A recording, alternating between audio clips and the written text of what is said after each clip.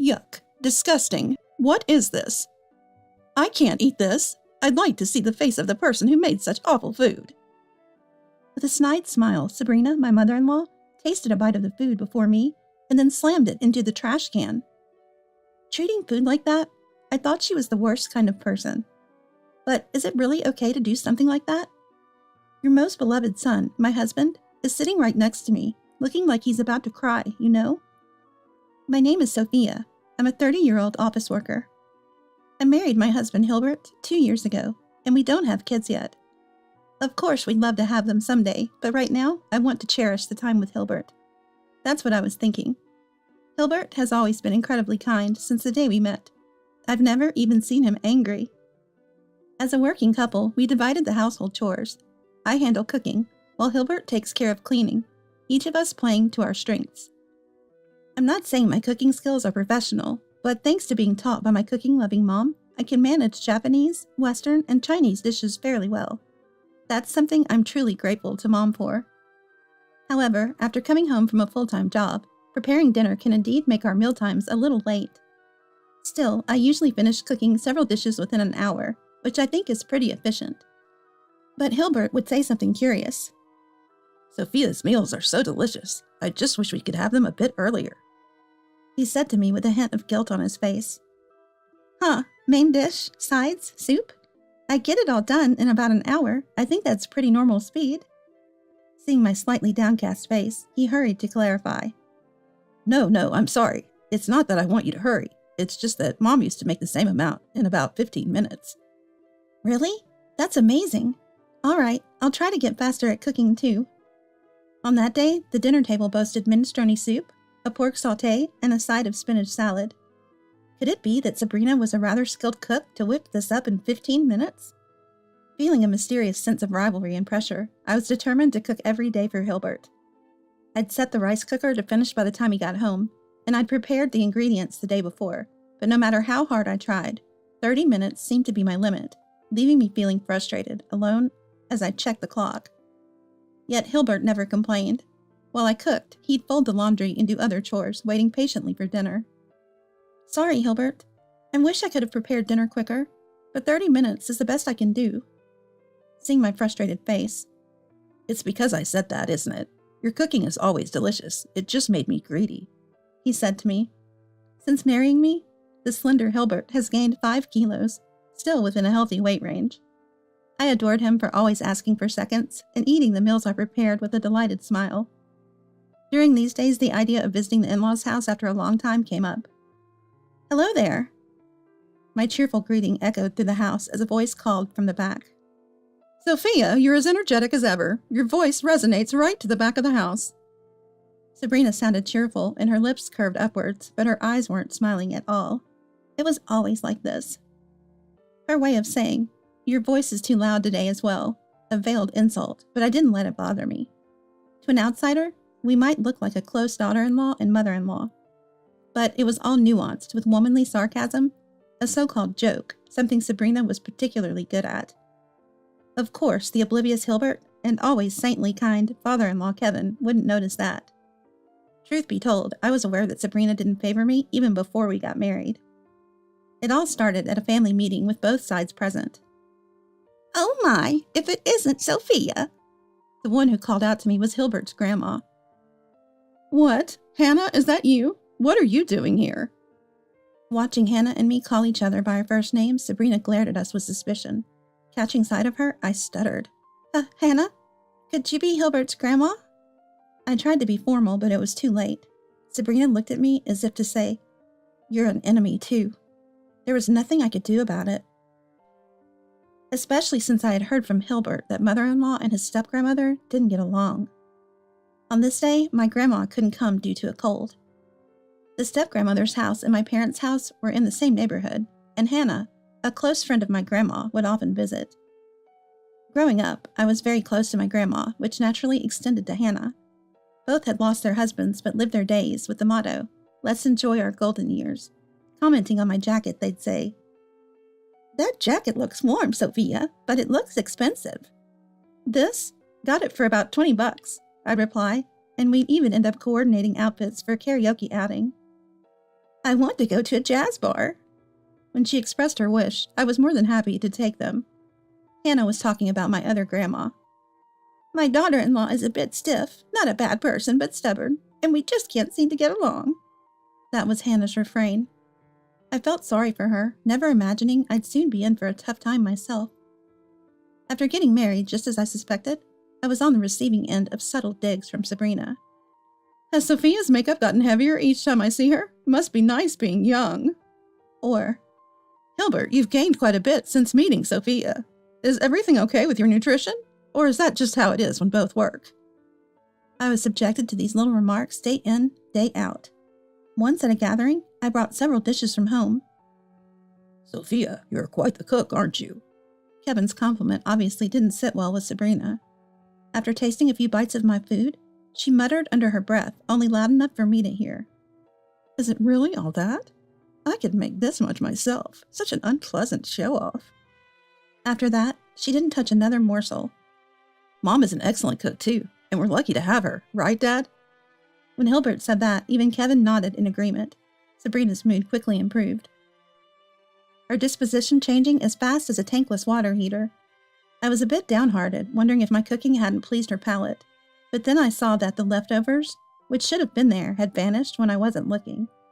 Peeking into the kitchen, I caught Sabrina transferring the rest of the food into containers and tucking it away in the fridge. So it was tasty after all, huh? I still had the heart to think that. Yet, since hearing Hilbert's recent story, I had this odd competitive spirit against Sabrina. Sabrina, I heard from Hilbert that you're really handy in the kitchen. Could you teach me some of your tricks?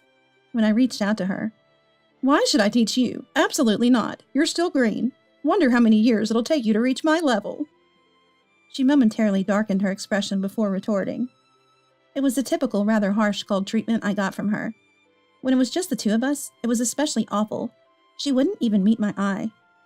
Being disliked to this extent, even I felt sadness creeping in.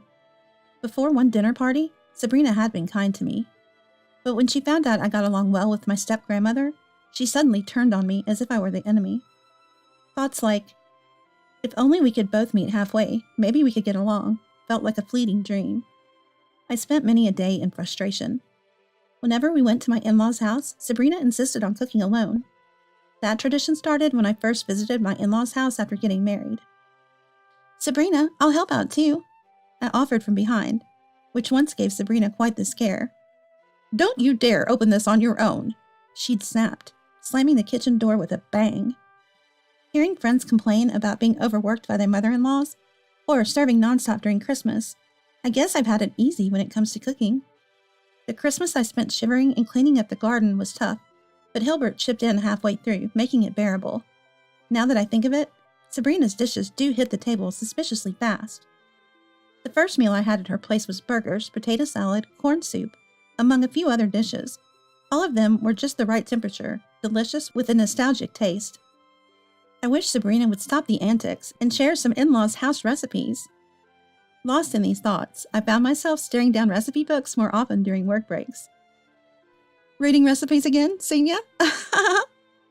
Chuckled a junior colleague at work. Your lunches always look so tasty. I really admire you. I just grabbed lunchboxes from the grocery store. My junior colleague at work approached me with a hearty laugh. If I were on my own, I'd probably do the same, I replied. Grocery store lunchboxes are nutritious these days. They're totally fine. She laughed and shared some recommendations on the latest grocery store lunchboxes. She even offered a bite of her favorite hamburger, and it was good. Amidst these days, Sabrina's 60th birthday was approaching. We celebrated Kevin's birthday last year, so skipping Sabrina's wasn't an option. I bet she wouldn't be thrilled to be celebrated by someone she dislikes. Hey, Hilbert, it's Sabrina's birthday soon. What should we do? I asked. I've got a little surprise in mind, he said with a mischievous grin. For Sabrina's birthday next month, we got Kevin to take her out, while Hilbert was brimming with excitement. She's gonna be so surprised, he kept saying. A twinge of apprehension hit me, but I joined Hilbert in decorating and waited for my in-laws' return at the in-laws' house. Hello, we're back. Kevin's easygoing voice came from the entryway. That was our cue. Rushing to the foyer, Hilbert and I popped the crackers. Happy birthday, Sabrina! We exclaimed with gusto. Looking at Sabrina's reaction, you'd think she barely noticed. Actually, she seemed grumpier than usual. Well, this is a surprise, but why are you here? Doing something like this? This has Sophia written all over it. She glared at me from the corner of her eye and quickly went into the house. Sabrina always seems upset around me, but it's rare to see her like this in front of Hilbert and Kevin. I was pondering this when... I'm sorry, both of you. I ended up fighting with Sabrina. Apparently, Sabrina had been in a bad mood over some trivial matter, and they had returned home almost in silence. Sighing, we followed Sabrina into the house. Upon entering the living room, Sabrina let out a heavy sigh. Hilbert and I tried our best with the decorations, but she didn't comment on them. She just sat down on a chair, sulking. This didn't feel like the atmosphere of a celebration at all. It was the worst. That's what I thought. Should we at least eat? I put a lot of effort into the cooking. With that, Hilbert and I headed for the kitchen. Just then, Sabrina yelled at me with an incredibly loud voice. Hey, did you just go into the kitchen without asking? Can't you keep a promise? She glared at me fiercely, while I was at a loss for words. Why has Mom been so angry since earlier? It's just the kitchen, it's fine. I said it was okay. I had obeyed Sabrina's instructions not to go into the kitchen without permission, but Hilbert, grinning as if amused, assured me it was okay and let me in. Sabrina, adored by her son, fell completely silent at that. Kevin watched this with a look of resignation. The air was awkward, but the dinner table was hastily prepared with dishes that looked a little less perfect than usual. Kevin, trying to be considerate, "They look delicious. Excited," said to me. But Sabrina alone kept a sour face and sulked like a child. Once all the dishes were ready, the meal began, and it happened right after that. Disgusting! This is inedible. I'd like to see the face of the person who made this. Sabrina blurted out such things. Her gaze was fixed firmly on me. Of course, it wasn't true that it was bad. It was just Sabrina's harassment. Since I kept quiet, Sabrina seemed to enjoy it, saying, I don't know how much time you spent on this, but this is all you've managed. You still have a lot to learn. She snorted in a triumphant manner. Sabrina's tirade didn't stop there. I can't eat something this terrible. And with that, she threw the food into the trash as if slamming it down. I lost my temper and said, How could you do that? Apologize. I couldn't help but raise my voice. Sabrina blatantly ignored my plea, as if it was expected. In the silence of the room, Sophia, it's okay. Let's leave this house and go home. Hilbert's tearful voice reached out to me, shaky and unsure. But as Hilbert and I exchanged these words, Sabrina watched us with a puzzled look. Then, typically quiet, Kevin erupted. What have you done? Do you realize what you've tossed aside? That meal was Hilbert's special training, his effort to make something for you. Kevin's shout turned Sabrina's face pale in an instant. Whether she was too irritated to notice before, I couldn't tell, but Hilbert's fingers were covered with numerous band-aids. It seemed she finally grasped the gravity of the situation. Oh, but what have I done? Sabrina stammered, clearly panicked, but no one was there to come to her aid in this moment. That's when I, keeping my voice calm, addressed Sabrina. Sabrina, you might not cook often, and might not understand, but cooking involves a lot of steps and takes time. I always find joy in cooking when I think of the faces of those who will enjoy it. To a silent Sabrina, I continued. I'm sorry. I didn't have time to make the cake from scratch, so I bought one. And well, I needed to chill it, which is why I opened the fridge. At my words, Sabrina's face, which had been pale, now flushed with embarrassment.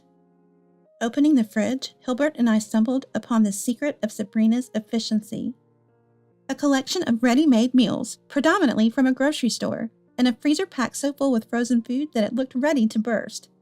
Seeing this, Hilbert laughed and said, Ha ha, looks like Mom isn't keen on cooking either, huh? His smile was genuine and kind. As Sabrina's birthday approached, Hilbert had been eagerly practicing his cooking to surprise her. For a month, every evening was filled with Hilbert's culinary training. You always go to such lengths for us. Thank you for the delicious meals, Sophia. I can't wait to see Mom's surprised face, he would often say. Though I suggested cooking at home for convenience, Hilbert insisted on cooking fresh at his parents', ignoring my suggestion. I had a certain apprehension, so I brought everything from cooking utensils to spices.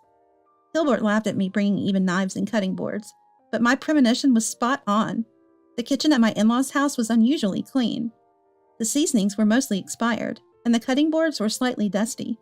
When I opened the fridge, I wasn't particularly surprised. I'd noticed for a while now how Sabrina's meals seemed to be prepared so quickly. The hamburger that a junior colleague shared with me recently had the exact same taste of my Sabrina's signature dish. During her cooking, there was also this incessant beeping sound. It was today, when borrowing the microwave, that I realized that sound was coming from it. Using ready-to-made meals isn't a bad thing. I resort to them when I'm busy too. But claiming them as your own handmade creation, that's another story. Confronted with silence, Sabrina heard from her husband. My dad grew up very poor. If I left even a bean on my plate, I'd get an earful. I was raised to believe that wasting food made you the scum of the earth. The way he put it, it sounded like he was calling Sabrina the scum of the earth. Kevin continued, and shockingly, he ended up declaring he wanted a divorce. He couldn't condone her attitude towards me either. No, please, anything but divorce, she pleaded with Kevin. You're apologizing to the wrong person, he retorted sharply. Sabrina turned to us, bowed deeply, and apologized. To be honest, at that point, I didn't care either way. I just thought that understanding Sabrina would be difficult moving forward. But knowing how hard Hilbert had tried over the past month, I just felt this sting of regret. Glancing sideways, I saw Hilbert with a fury in his eyes I'd never seen before. As he finished packing, he stood up. Forgive? No way. Wasting food? Treating people badly? It makes you the scum of the earth. And after today, it's clear how rude you've been to Sophia. Sorry, but I never want to speak to you again, Mom. With that, he stormed out of the house. I could barely hide my own turmoil. I'll be going too, I murmured, and with a bow, followed Hilbert out of the in-laws' house. Sabrina's wails followed us, but I didn't look back. As for the in-laws, Sabrina stayed out of the condition that she change her attitude towards me, or else face divorce. There was one apology call. I do feel bad, but seeing you chat with Hannah, it just irked me. She was talking about such things. It seemed it would take a while to receive a heartfelt apology, but I wasn't really expecting one. Whether they divorced or not was frankly a matter for my in-laws, and honestly, it didn't concern me. Then there's Hannah, the step-grandmother, now living with my in-laws. Turns out the in-laws' house was originally Hannah's, and the stubborn pair had never really gotten along since the marriage, which led to Hannah practically running away to the aunt-in-law's house. So that's why it's near my house. When Hannah heard about the hellish 60th birthday celebration, "You always had my respect, but to learn you've hurt my precious grandkids, that's the last straw. From now on, I'll be the one to whip that nasty attitude into shape, and it's not just about mastering the microwave." She gave the 60-year-old Sabrina a piece of her mind, and it seems like she's been getting some late-in-life daughter-in-law training from her ever since. Hannah was saying the other day that it took daughter-in-law a whole 15 minutes just to peel a carrot. Grandma mentioned that when I dropped by my parents' place. Back in the day, she could have whipped up an entire meal in that time. Hearing that made me laugh. Hilbert was only mad that one day, and by the next, he was back to his kind self. Gobbling up my cooking like it was the best thing ever made me wonder if that other day was just a hallucination. But it seems it wasn't, and there's no forgiving Sabrina in the foreseeable future. With a chuckle, I thought, isn't that stubbornness just like Sabrina herself?